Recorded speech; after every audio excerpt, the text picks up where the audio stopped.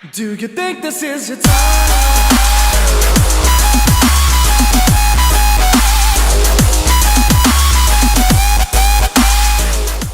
Welcome to the part 2 of cash flow statement series. In today's lecture, we are going to solve certain practical problems related to cash flow from operating activities.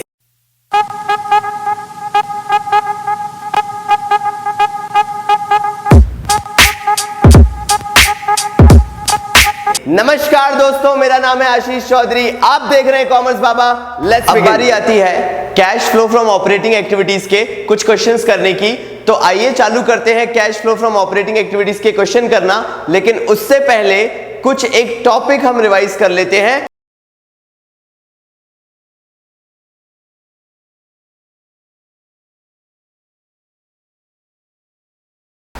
तो अगर मैं पहले financial companies के बारे में discuss करूं, क्योंकि non financial companies को हम जनरली जानते हैं क्योंकि ये होती हैं, यानी अगर हम नॉन फाइनेंशियल कंपनीज को देखें तो जनरली हम इन कंपनीज को बड़े अच्छे से जानते हैं।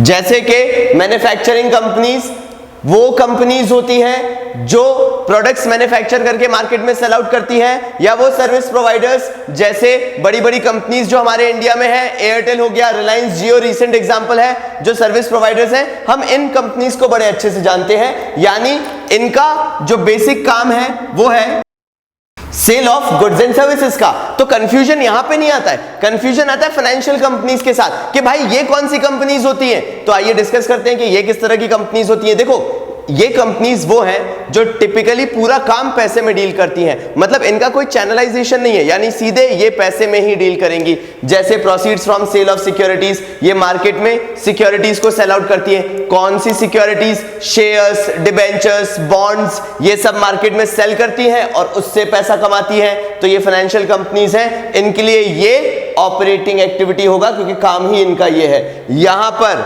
जब रिलायंस कंपनी अपनी सिम बेचेगी कस्टमर को, तब जाके इनको पैसा मिलेगा और वो ऑपरेटिंग कहलाएगा। जब आईटीसी कंपनी आशीर्वाद आटा बेचेगी तो वो ऑपरेटिंग एक्टिविटी कहलाएगी। लेकिन ये जब मार्केट में शेयर्स, डिबेंचर्स बेचेंगे तो इनके पास पैसा आएगा। फिर proceeds from interest and dividend, ये लोग पैसा कमाते हैं इंटरेस्ट के थ्रू, डिविडेंड के थ्रू। कहां से वो इंटरेस्ट और डिविडेंड आता है? जब ये मार्केट में शेयर्स में, डिबेंचर्स में, लोन्स वगैरह में इन्वेस्टमेंट्स करते हैं। अब आउटफ्लो कैसा हो सकता है? जो नॉन फाइनेंशियल कंपनीज हैं उनका आउटफ्लो कैसा होगा? सोच के देखिए, ये वेजेस एंड सैलरीज पे करते होंगे कि नहीं? बिल्कुल करते होंगे, वरना प्रोडक्शन कहां से होगा? ये काफी सारा पैसा खर्च कर देते हैं अपने ऑपरेशंस में, एडवर्टीजमेंट में, प्रोडक्शन में, और वो सारा इनके अंदर ऑपरेटिंग के अंदर काउंट होता है। फिर जब फाइनेंशियल कंपनीज की बात आती है तो इनका कहां पे ऑपरेशंस के थ्रू खर्चा होगा? जब इनको कस्टमर्स को डिविडेंड पे करना पड़ता होगा, इंटरेस्ट पे करना पड़ता होगा, उसके थ्रू क्या होगा? इनके खर्चे होते हैं। फिर अगर इन्हें मार्केट में इंटरेस्ट कमाना है, डिविडेंड कमाना है, तो उसके लिए इन्हें इन्वेस्टमेंट्स भी करने पड़ते होंगे। तो जब ये सिक्योरिटीज मतलब शेयर्स, डिबेंचर्स, बॉन्ड्स मार्केट से खरीदते हैं तो वो जो खर्चा करते हैं उसके लिए वो आउटफ्लो के अंदर काउंट होता है। चलिए आइए, हमें ये समझ में आ चुका है। तो अब हम ऑपरेटिंग के क्वेश्चंस यानी cash flow from operating activities के क्वेश्चन करना चालू करते हैं। जो भी क्वेश्चन मैं अब आपको करवाऊंगा ऑपरेटिंग एक्टिविटीज से रिलेटेड, उसका डिस्क्रिप्शन लिंक में नीचे दिया हुआ है। आप उस पर्टिकुलर क्वेश्चन को वहां से डाउनलोड करें और फिर हम क्वेश्चन करना शुरू करते हैं।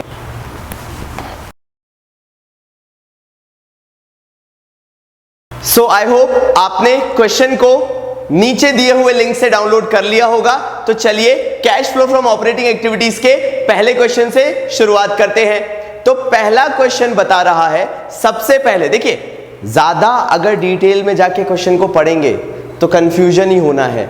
अच्छी बात यह होगी कि हम छोटे छोटे स्टेप्स लें। तो शुरुआत करते हैं कि क्वेश्चन की स्टार्टिंग में दिया क्या हुआ है। हमें इस क्वेश्चन में फाइंड आउट करना है कि net profit before tax and extra ordinary items कैसे फाइंड आउट किया जाता है। तो इसके लिए सबसे पहले जो क्वेश्चन में दिया हुआ है वो है सरप्लस, जिसका ओपनिंग फिगर है 50,000, एंड सरप्लस जिसका क्लोजिंग फिगर भी दिया हुआ है 1,18,000 रुपए।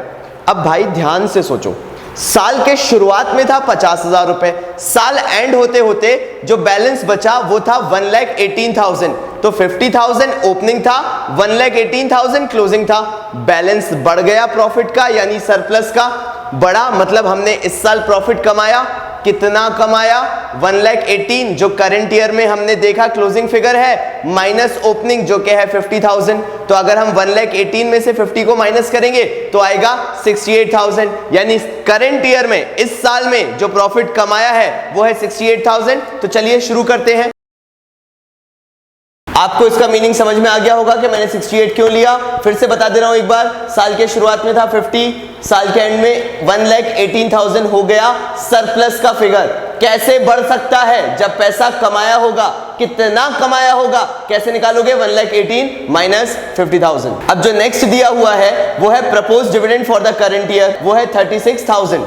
चलिए यहां पे लिखते हैं, ये प्रपोज्ड डिविडेंड 36,000 करंट ईयर क्यों बोला है? करंट ईयर का क्या मतलब है? सुनना भाई कहानी ध्यान से। इस साल हुआ मुनाफा, उसमें से कुछ पैसा अलग से निकाला और उस पैसे को अलग से सेफली एक जगह रख दिया, क्योंकि वो पैसा अगले साल आप शेयर होल्डर्स को एज प्रॉफिट दोगे, एज डिविडेंड दोगे आपने, क्योंकि इस करंट ईयर में उसे प्रपोज किया है। प्रपोज करने का मतलब उतना पैसा उठाया और अलग से प्रॉफिट से अलग करके रख दिया। तो मुझे तो एक्चुअल प्रॉफिट पता करना है कितना अर्न किया है, तो मैं तो भाई जहां जहां टुकड़ों में रख दिया होगा सबको बटोर के एक जगह लेके आऊंगा। मैं यहां पे भी वही कर रहा हूं। जो मैंने प्रपोज्ड डिविडेंड अलग से 36,000 करके रख दिया था इस साल के प्रॉफिट से, देखो लिखा हुआ है प्रपोज्ड डिविडेंड करंट ईयर, तो मैंने उस प्रपोज्ड डिविडेंड को भी उठाया और मुनाफे में जोड़ दिया। जो डिस्ट्रीब्यूशंस अलग अलग कर दिए थे प्रॉफिट के, अब उनको फिर से पाइल अप कर रहा हूं ये जानने के लिए कि करंट ईयर में कितना मुनाफा कमाया है। आप भी ऐसी हरकतें करते हो? आप क्या करते हो भाई? पॉकेट मनी आई, सुन लेना एग्जांपल। आप क्या सोचते हो? 500 रुपए महीने की पॉकेट मनी आई, उतने भी नहीं मिलते होंगे या उससे ज्यादा भी मिलते होंगे, मैटर वो नहीं है। जो पॉकेट मनी आई उसमें से निकाल के रखे 100 रुपए, भाई मुझे मूवी देखने जाना है, 200 रुपए खाना पीना हो जाएगा। उसके बाद बाकी के बचे 200 रुपए, यार ये तो महीने में सेव करने हैं। तो हाथ में कितने पैसे हैं? अभी भी 500 ही रुपए है ना। लेकिन क्या किया? अलॉटमेंट अलग अलग जगह कर दिया, 100 रुपए मूवी के, 200 रुपए खाने पीने के, 200 रुपए सेविंग के। तो हमने क्या किया? अलॉटमेंट किया। प्रॉफिट के साथ भी ऐसे ही होता है, जब बैलेंस शीट में पहुंचता है प्रॉफिट तो वो अलग अलग जगह एलोकेट हो चुका होता है। तो हम क्या करते हैं? उसको इकट्ठा वापस से पाइल अप करके देखते हैं कि इकट्ठा प्रॉफिट अर्न करा कितना था। डिस्ट्रीब्यूशन के बाद ये तो अलग अलग रखा हुआ है, एक्चुअल में कितना प्रॉफिट अर्न किया था, तो सबको पाइल अप करो, पता चल जाएगा। अब क्या करेंगे नेक्स्ट? अब दिया हुआ है इंटरिम डिविडेंड, वो दिया है 45,000। नेक्स्ट जो दिया है इंटरिम डिविडेंड मींस साल के बीच में जो डिविडेंड दिया गया है उसका क्या करें? वो पेमेंट कहां से गया होगा? प्रॉफिट से ही गया होगा ना। तो प्रॉफिट में देख ले जोड़ के कि एक्चुअल प्रॉफिट कितना अर्न किया था। तो चलिए इंटरिम डिविडेंड भी लिख दिया ताकि पता चल सके कि एक्चुअल प्रॉफिट अर्न कितना हुआ था, जिसमें से इंटरिम डिविडेंड पे कर दिया होगा साल में। तो भाई पे करने के बाद तो प्रॉफिट कम हो चुका होगा ना, पता तो नहीं चल पाएगा कि एक्चुअल प्रॉफिट कितना अर्न किया था। तो जो दे दिया था दोबारा प्रॉफिट में जोड़ो ताकि पता चले कि प्रॉफिट कितना अर्न किया था। अब दिया हुआ है ट्रांसफर टू रिजर्व 50,000। क्या करें?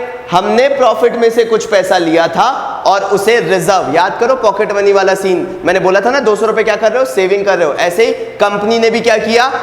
थोड़ा सा पैसा निकाला और अपने रिजर्व में डाल दिया। अब भाई रिजर्व में जो पैसा डाला वो था 50,000 रुपए, प्रॉफिट में से तो निकाल के डाला होगा। कब के प्रॉफिट से? करंट ईयर के प्रॉफिट से। तो करंट ईयर का प्रॉफिट कम हुआ होगा, उठाओ रिजर्व वापस जोड़ दो प्रॉफिट में ताकि पता चले एक्चुअल में कितना अर्न किया था।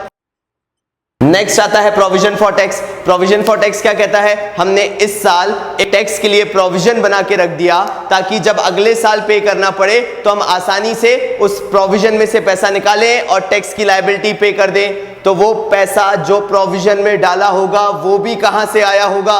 प्रॉफिट से ही तो आया होगा। जो प्रॉफिट अर्न किया होगा उसमें से ही आया होगा। तो क्या करेंगे? वापस उसमें जोड़ के देखेंगे कि एक्चुअल प्रॉफिट कितना अर्न किया है। तो देख लेते हैं, लिख दिया प्रोविजन फॉर टैक्स भी यहाँ पे 75,000। तो हो कुछ नहीं रहा है, वापस से दिमाग पे हिट करूंगा कि जो प्रॉफिट के अत्यंत तरीके से, अखंड तरीके से जो टुकड़े कर दिए थे, वापस से जोड़कर देख रहे हैं कि साल के एंड में कितना प्रॉफिट अर्न किया था। चलिए देख लेते हैं नेक्स्ट क्या दिया हुआ है। नेक्स्ट है आपको रिफंड ऑफ टैक्स मिला है 1500 रुपए का। अब ये तो जितने आइटम्स थे ये सारे ऐड हुए थे। अब जो रिफंड ऑफ टैक्स आएगा वो होगा लेस।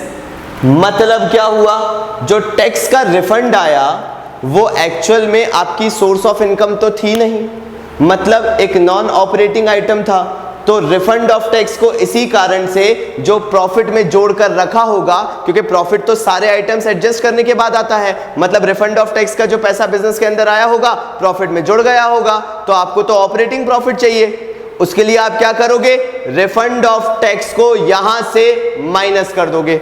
ये तो हो गया रिफंड ऑफ टैक्स। अब आते हैं नेक्स्ट, लॉस बाय अर्थक्वेक। मतलब अर्थक्वेक डिजास्टर के कारण मुझे हो गया नुकसान 1 लाख रुपए का।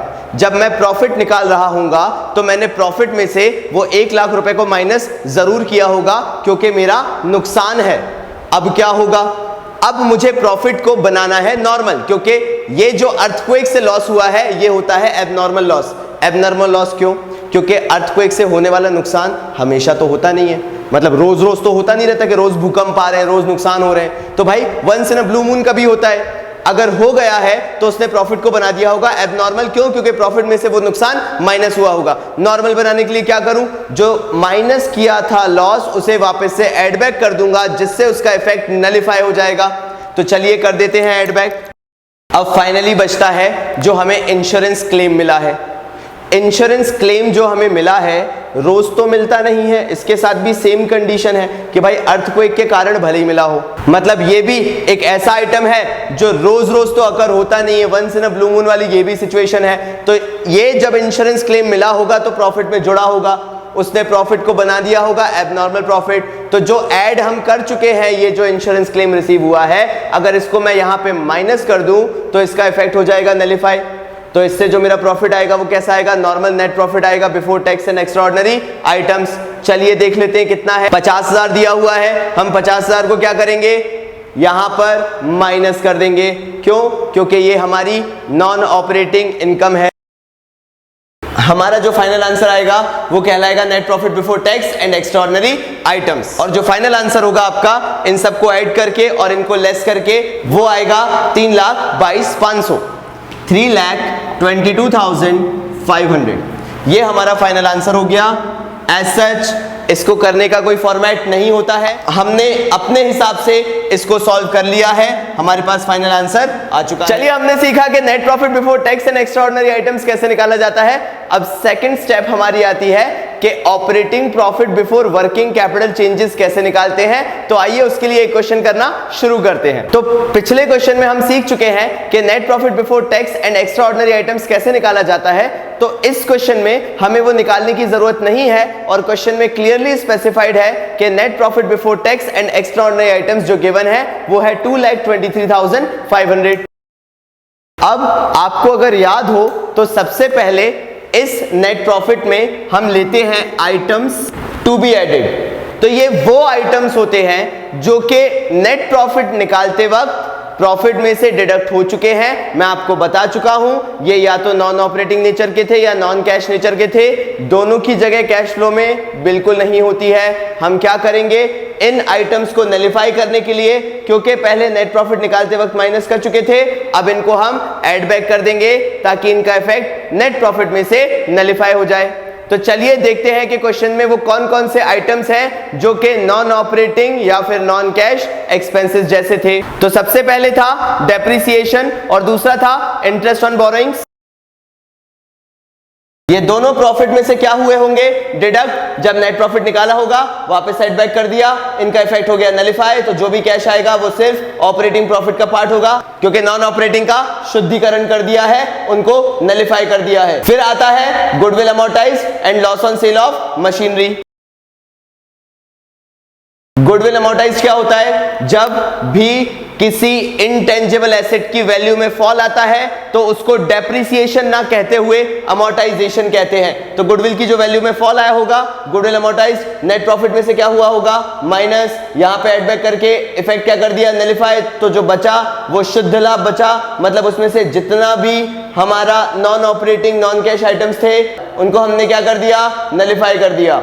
फिर हमने लिया loss on sale of machinery, loss को भी हमने नेट प्रॉफिट निकालते वक्त माइनस किया होगा, वापस सेट बैक कर दिया, उसका भी इफेक्ट हो गया नलिफाई। लास्ट बचता है premium on redemption of debentures, ये दिया हुआ है 3000। जो प्रीमियम होता है डिबेंचर को रिडीम करते वक्त, मतलब जितना हमने उधार लिया था पब्लिक से लोन के तौर पे, डिबेंचर्स के तौर पे, जब हम उनको वापस करते हैं तो उसके लिए हमें जब ज्यादा पैसा देना पड़ता है तो वो ज्यादा पैसा कहलाता है premium on redemption of debentures. Because we are giving back higher value than what we have actually taken, तो वो 3000 हमारे लिए नुकसान था, नेट प्रॉफिट से राइट ऑफ हुआ होगा। अब हम क्या करेंगे, उसे एड बैक कर देंगे। प्रॉफिट से क्यों कर रहे हैं, क्योंकि क्वेश्चन में कहीं पे भी सिक्योरिटीज प्रीमियम रिजर्व नहीं दिया हुआ है। अगर एसपीआर दिया होता तो वो उसमें से राइट ऑफ होता, नेट प्रॉफिट में से नहीं। कहानी मैं बताऊंगा जब फाइनेंसिंग करवाएंगे, अभी सिर्फ इतना समझ लो, नुकसान है प्रीमियम रिडम्पशन पे देना, नुकसान है तो नेट प्रॉफिट से माइनस हुआ होगा, दोबारा एड बैक करके क्या कर रहे हो, उसके इफेक्ट को नलिफाई कर रहे हो। बाकी जो कॉम्प्लिकेशंस होंगी जब हायर लेवल क्वेश्चंस करेंगे तो आपको वैसे ही वो समझ में आ जाएगा, तो अभी दिमाग पे लोड लेने की जरूरत नहीं है। अब हम उन आइटम्स को लेने वाले हैं जो आइटम्स को हमने पहले प्रॉफिट में ऐड किया होगा। मतलब कौन सी इनकम, नॉन ऑपरेटिंग इनकम, मेहनत से नहीं कमाई है, सिर्फ इन्वेस्ट करके पैसा कमाया है, तो भाई वो पैसा यहां से माइनस हो जाएगा, क्योंकि हमें सिर्फ वो प्रॉफिट चाहिए जो ऑपरेटिंग प्रॉफिट हो, मतलब मेहनत से कमाया हुआ पैसा, मेयर इन्वेस्टमेंट से कमाया हुआ पैसा हमें नहीं चाहिए। तो सबसे पहले इसमें आता है interest and dividend received on investment, that is 13,800 rupees.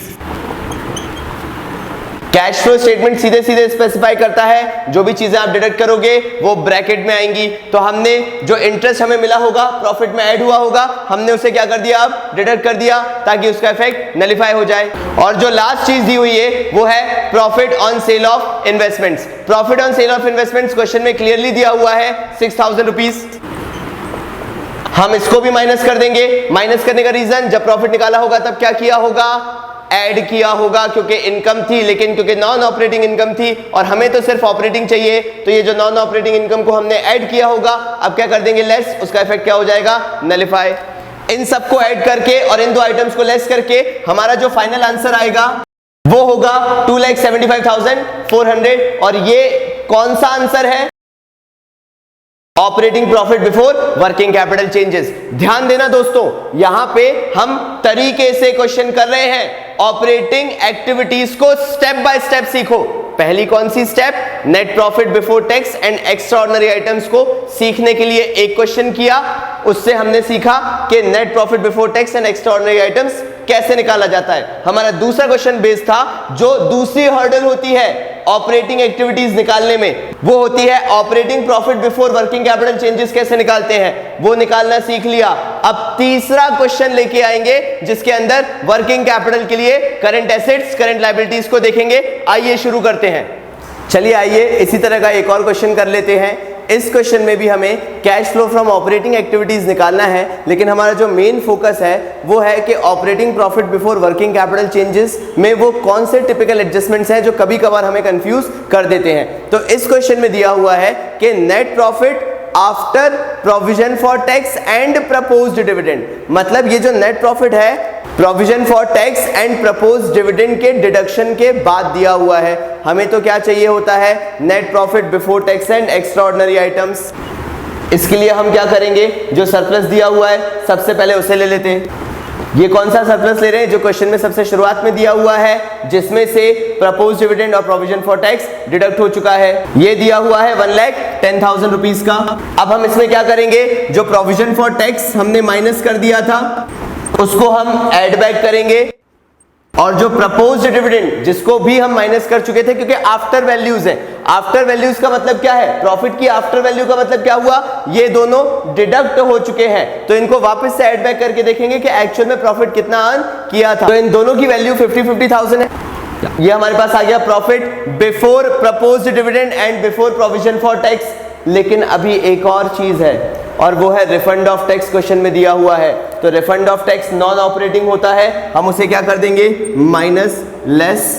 Refund of tax दिया हुआ था 40,000, माइनस करेंगे, जो भी माइनस आइटम होता है उसे ब्रैकेट में लेते हैं, आंसर आ जाएगा 1,70,000। मतलब मेरे पास फिगर आ चुका है, net profit before tax and extraordinary items कितना है, वो 1,70,000 70,000 का। तो चलिए ऑपरेटिंग एक्टिविटीज का आंसर निकालते हैं। तो सबसे पहला आइटम तो आपको पता ही है, हम क्या ले लेंगे, हमारे पास आ गया 1,70,000। अब इसके अंदर सबसे पहले क्या लेते हैं, आइटम्स टू बी एडेड। चलिए देखते हैं आइटम्स टू बी एडेड कौन कौन से हैं। वो है depreciation, goodwill amortised and loss on sale of plant. ये तीनों को हम इनकी वैल्यूज के हिसाब से ले लेते हैं, जो कि है 20,000, 40,000 एंड 10,000।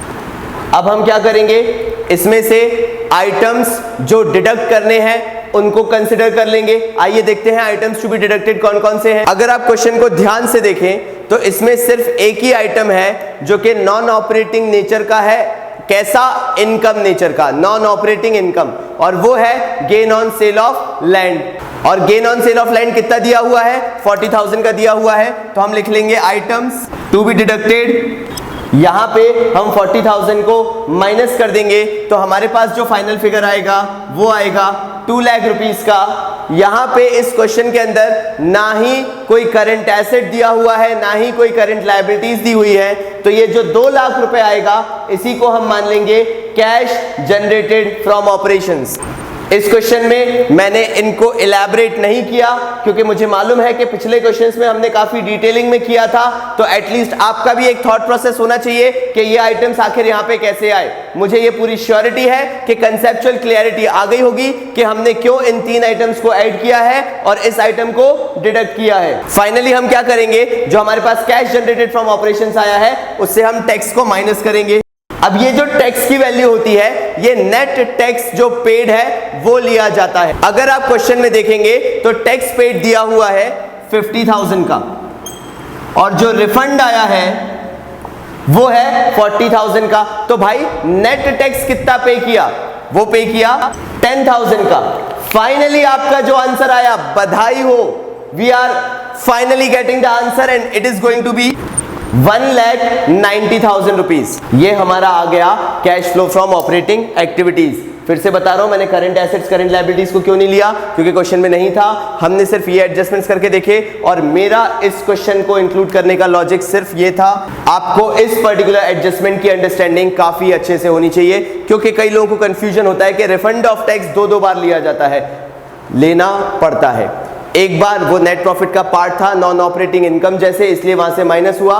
दूसरी बार नेट टैक्स कितना पे किया उसके वैल्यूएशन में उसका उतना ही इंपैक्ट आएगा, क्योंकि हमें यहाँ पे नेट टैक्स जो हमने पे किया है वो लेना पड़ता है। तो रिफंड ऑफ टैक्स फिर से बोलूंगा 2 जगह आएगा।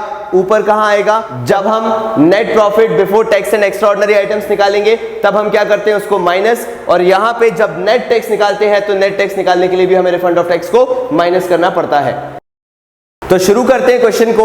इसमें प्रॉफिट का ओपनिंग बैलेंस दिया हुआ है और क्लोजिंग बैलेंस दिया हुआ है। ओपनिंग बैलेंस जो है वो है 2 लाख रुपए और क्लोजिंग बैलेंस जो है वो है 3 लाख रुपए। मतलब साल की शुरुआत में 2 लाख रुपए थे, साल के एंड तक आते आते हो गए वो 3 लाख रुपए। तो भाई कितना पैसा कमाया, तो नेट प्रॉफिट जो हमने कमाया है वो है 1 लाख रुपीस, लिख लेते हैं।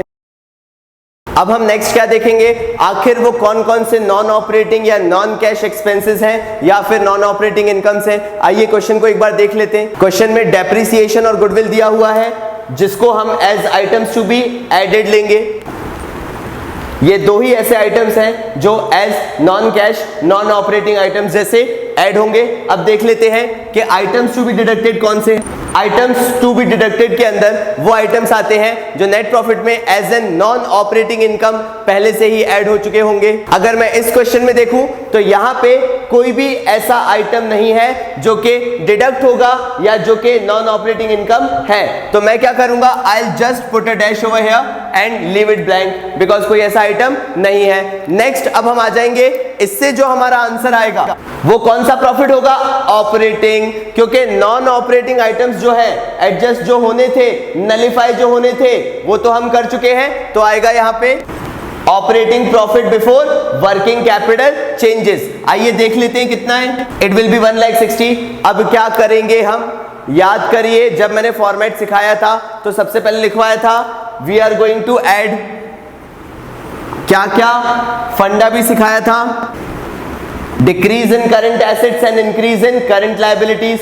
चलिए देखते हैं क्वेश्चन में कौन कौन से वो करंट एसेट्स हैं और करंट लायबिलिटीज हैं। करंट एसेट्स कौन से जो डिक्रीज हो रहे हैं, करंट लायबिलिटीज कौन सी जो तो चलिए आइए प्रीपेड इंश्योरेंस को सबसे पहले लिखते हैं। अगर आप ध्यान से देखेंगे तो प्रीपेड इंश्योरेंस जो है वो 2000 रुपीज से डिक्रीज हो रहा है। उसके बाद अगर आप कोई दूसरी चीज अगर इसके अंदर देखते हैं तो वो मिलेगा आपको करंट लायबिलिटीज के अंदर, और वो है आउटस्टैंडिंग रेंट। तो प्रीपेड इंश्योरेंस 2000 से डिक्रीज हो रहा है और आउटस्टैंडिंग रेंट 24,000 से इंक्रीज हो रहा है। दोनों पॉजिटिव फिगर्स हैं, तो चलिए लिख लेते हैं। तो ये हमने यहां पे नोट कर लिया है prepaid insurance and outstanding rent. अब हम करना चालू करते हैं जो हमें डिडक्ट करना पड़ेगा कैश जनरेटेड फ्रॉम ऑपरेशंस निकालने के लिए। तो अगर आप करंट लायबिलिटीज में देखते हैं तो कोई भी करंट लायबिलिटी डिक्रीज नहीं हो रही है, लेकिन हां अगर आप करंट एसेट्स में देखेंगे तो बिल्स रिसीवेबल और इन्वेंट्रीज दोनों ही 40,000 रुपीज से इंक्रीज हो रही है, तो उनको हम यहां पे as a negative figure record कर लेंगे। So finally what we will do is we will add these two items in 1,60,000 and we will subtract these two items from 1,60,000 and the final value which we will get for cash generated from operations will be 1,06,000। अब भाई वक्त आ गया है कि इसमें से tax paid minus कर दें, लेकिन क्वेश्चन में तो टैक्स पेड है ही नहीं। कोई बात नहीं, लीव इट ब्लैंक। दिखाना तो बनता है क्योंकि भाई सिस्टमैटिक ऑर्डर में चलेंगे। टैक्स पेड नहीं है, ब्लैंक लिखो, वहां पे डैश लगाओ, छोड़ो, लेकिन एटलीस्ट शो इट। फाइनली जो आंसर मिलेगा वो क्या कहलाएगा? Cash flow from operating activities. अब यहां पे हमने वो सारे questions cash flow from operating activities के कर लिए जहां पर हमें कहीं पे भी थोड़ी सी भी डाउट हो सकती थी कि यार आखिर किस तरह से फॉर्मेट को याद करें। अगर आपने सीक्वेंशियल ऑर्डर में हर एक क्वेश्चन को फॉलो किया होगा तो आपको पता होगा कि ऑपरेटिंग एक्टिविटीज के पूरे फॉर्मेट को आखिर कैसे मेमोराइज किया जाता है। फिर भी ब्रीफ में मैं एक बार बता देता हूं। पहले आपको सीखना पड़ेगा कि net profit before tax and extraordinary items कैसे निकालते हैं। उसके बाद आपको सीखना पड़ेगा कि operating profit before working capital changes कैसे निकालते हैं। उसके बाद आपको करंट एसेट्स करंट लायबिलिटीज का एडजस्टमेंट सीखना पड़ेगा। फाइनली कॉर्पोरेट टैक्स यानी जो लास्ट में टैक्स पेड करते हैं उसको कैसे किया जाता है। फाइनली ओवरऑल आउटले आपका तैयार हो जाएगा। अभी आप सोच रहे होंगे कि आखिर हमने जो ऑपरेटिंग प्रॉफिट के अंदर टैक्स पे करते हैं उससे रिलेटेड लेजर क्यों नहीं किया है। तो चलिए एक पर्टिकुलर क्वेश्चन उसी से रिलेटेड सॉल्व कर लेते हैं। चलिए आइए एक फाइनल क्वेश्चन कर लेते हैं cash flow from operating activities का, जिसके अंदर हम सीखेंगे कि payment of tax and provision for tax के साथ कैसे डील किया जाता है। सो अगर आप क्वेश्चन को देख रहे होंगे तो इस क्वेश्चन के अंदर क्लियरली गिवन है कि सेल्स हमें दी हुई है और profit before tax and after tax दिया हुआ है। अब बीच में कहानी उलझ रही है, ध्यान से देखिएगा। वहां पे लिखा हुआ है नेट प्रॉफिट जो कि ब्रैकेट में है, मतलब ऑब्वियसली लॉस होगा। साइलेंट है, लॉस नहीं बोल रहे, नेट प्रॉफिट ही बोल रहे हैं, लेकिन ब्रैकेट में है तो लॉस है। उस पे उन्होंने माइनस किया है प्रोविजन फॉर टैक्स, ब्रैकेट में लिखा हुआ दिख रहा होगा आपको। अब ये प्रोविजन फॉर टैक्स है। कंफ्यूजन यहीं से चालू होती है। पूरे क्वेश्चन को फॉलो करिएगा, कहीं पे भी कोई कंफ्यूजन नहीं होगी। आइए स्टार्ट करते हैं क्वेश्चन को करना। आपको याद होगा मैंने सिखाया था कि सबसे टॉप मोस्ट पे हम जब cash flow from operating activities निकालते हैं तो हम लेते हैं net profit before tax and extraordinary items. तो चलिए लेना शुरू करते हैं। अगर आप ध्यान से देखेंगे तो नेट प्रॉफिट बिफोर टैक्स का जो फिगर है वो क्लियरली क्वेश्चन में गिवन है एंड इट इज 1,65,000 रुपीज। तो ये हमने लिख दिया कि 1,65,000 रुपीज का हमारे पास net profit before adjustment of tax है। अब हम इसमें क्या करना चालू करेंगे? Items to be added, items to be deducted. हमने काफी क्वेश्चंस में इसको देख लिया है, सीख लिया है, समझ लिया है, तो इसमें हम डायरेक्टली करते जाएंगे, साथ साथ में करते हैं। तो सबसे पहला आइटम तो आ गया डेप्रिसिएशन एंड अमोर्टाइजेशन, जो कि क्वेश्चन में क्लियरली गिवन है 1 lakh rupees. Items to be deducted से रिलेटेड कोई भी एडजस्टमेंट क्वेश्चन में नहीं दिया है तो हम उसको स्किप कर देते हैं। आगे आते हैं, इससे जो आंसर आएगा वो क्या कहलाएगा? Operating profit before working capital changes, जो कि यहां पे आ रहा है 65,000 रुपीज का। चलिए आइए अब इसमें आइटम्स ऐड करते हैं। Decrease in current assets and increase in current liabilities. अगर आप क्वेश्चन में ध्यान से देखें तो इससे रिलेटेड यानी करंट एसेट से रिलेटेड एक आइटम है जो डिक्रीज हो रहा है और करंट लायबिलिटीज से रिलेटेड एक आइटम है जो इंक्रीज हो रहा है। जो बिल्स रिसीवेबल है वो 10,000 से डिक्रीज हो रहा है और जो आउटस्टैंडिंग सैलरीज है वो 5,000 से इंक्रीज हो रही है। चलिए आइए देख लेते हैं कि वो कौन से करंट एसेट्स हैं जो इंक्रीज हो रहे हैं और वो कौन सी करंट लायबिलिटीज है जो डिक्रीज हो रही है। अगर आप ध्यान से देखें तो debtors, inventories and prepaid insurance तीनों आइटम्स इंक्रीज हो रहे हैं।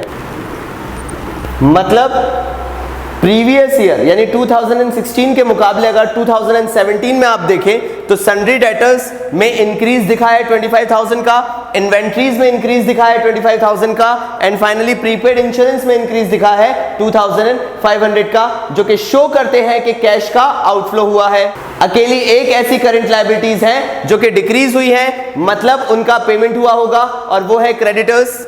हम सारे आइटम्स को ब्रैकेट में लेंगे क्योंकि ये सारे नेगेटिव फिगर्स हैं। क्रेडिटर्स जो हैं वो 10,000 से डिक्रीज हो रहे हैं, मतलब उनको पेमेंट किया होगा, तभी तो 2016 के फिगर के कंपैरिजन में 2017 का फिगर कंपैरेटिवली कम है। इसका मतलब क्या हुआ कि इनको हमने क्या किया है, पेमेंट किया है, जिसके कारण कैश आउटफ्लो हुआ है, इसलिए हम इसे सब्ट्रैक्ट कर रहे हैं। फाइनली जो आंसर आएगा वो क्या कहलाएगा, कैश जनरेटेड फ्रॉम ऑपरेशंस, और वो आएगा 62,500, बट वो नेगेटिव में रहेगा। सो फाइनली जो हमारा आंसर आएगा वो कहलाएगा कैश यूज्ड इन ऑपरेशंस, और उसका भी लॉजिक है। मैं यहां पे कैश जनरेटेड फ्रॉम ऑपरेशंस क्यों नहीं लिख सकता हूं, क्योंकि भाई यहां पर तो नेगेटिव फिगर आ रहा है। कितना आएगा, नेगेटिव 65,000 में 10,000 प्लस 5,000 को आप क्या करोगे, ऐड करोगे, 25, 2,500 एंड 10,000, इसको सब्ट्रैक्ट करोगे।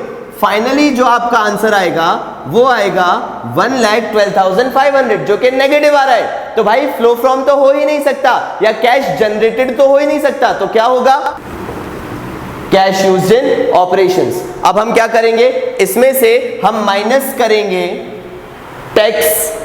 बड़ी दुविधा हो गई, क्योंकि भाई टैक्स से रिलेटेड अगर आप नोट्स में या एडिशनल इंफॉर्मेशन में देखें तो वहां पे प्रोविजन फॉर टैक्स के बारे में दिया हुआ है। जब भी कभी ऐसे एडिशनल इंफॉर्मेशन में प्रोविजन फॉर टैक्स दिया हो, अलग से टैक्स के बारे में कुछ वहां पे नेट प्रॉफिट के साथ डिस्कशन हुआ हो मेन फॉर्मेट के अंदर, उस केस में आपको लेजर अकाउंट बनाना पड़ेगा। तो चलिए डिस्कस करते हैं कि कैसे टैक्स पेड हम फाइंड आउट करेंगे। ये आपको क्वेश्चन में दिया हुआ है ओपनिंग फिगर, मतलब 2016 का जो फिगर होगा वो बैलेंस ब्रॉट डाउन कहलाएगा, 2017 का जो फिगर होगा प्रोविजन फॉर टैक्स का वो बैलेंस कैरिड डाउन कहलाएगा। अब अगर आप ध्यान से देखें जो statement of profit and loss दिया हुआ है क्वेश्चन में, उसमें जो टैक्स है उसको ब्रैकेट में लिख रखा है उन्होंने प्रोविजन फॉर टैक्स। मतलब प्रोविजन फॉर टैक्स का मतलब इतना amount of profit provision for tax में गया, मतलब उसने प्रोविजन फॉर टैक्सेशन के बैलेंस को बढ़ाया होगा, प्रॉफिट में से उठाया पैसा प्रोविजन फॉर टैक्स में डाल दिया, ये उन्होंने बोला है। वो टैक्स पेड वैल्यू नहीं है, वो प्रोविजन फॉर टैक्स है, मतलब उतना पैसा प्रोविजन फॉर टैक्स अकाउंट में गया। तो प्रोविजन फॉर टैक्स अकाउंट हमेशा एक लायबिलिटी होती है। Whatever provision you are making, it is always a liability on you, and liability is always of credit nature. अब जब क्रेडिट नेचर की है और हमने बैलेंस डाला है तो बाय साइड आएगा, ये हमने लिख दिया यहां पे 50,000 रुपीज। अगर हम इस साइड का टोटल यहां पे करते हैं तो आएगा 65,000। अत्यंत दुविधा हो गई, कैसे भाई, यहां का टोटल हो रहा है 65, यहां तो दूर दूर तक 65,000 के निशान नहीं है। अब सुनना मेरी बात ध्यान से, प्रोविजन फॉर टैक्स बढ़ता किस साइड है, क्रेडिट साइड, बढ़ा दिया। कम होने का भी तो कोई कारण होगा, कौन सा कारण हो सकता है, क्या अकाउंट है, provision for taxation account. Provision for taxation account के अंदर पैसा आता है तो टैक्स के लिए आता है, पैसा जाएगा तो तब जाएगा जब आप टैक्स पे कर रहे हैं। मतलब अगर आपने टैक्स पे किया है तो वो किस साइड आएगा, debit side, because it will reduce the balance of provision for tax.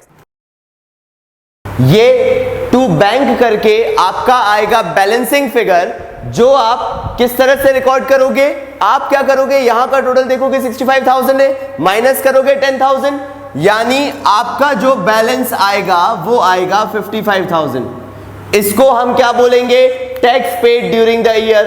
अब ये आ गया tax paid during the year, cash generated और कैश यूज फ्रॉम ऑपरेशन से माइनस कर दीजिए, आपका cash flow from operating activities आ जाएगा।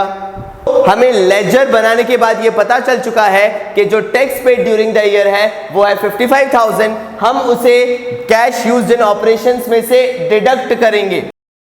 अब क्या होगा भाई, अब हमारा आएगा फाइनल आंसर जो कि कहलाएगा cash used in operating activity, जो कि हमारा फाइनल आंसर होगा और वो आएगा 1,67,500।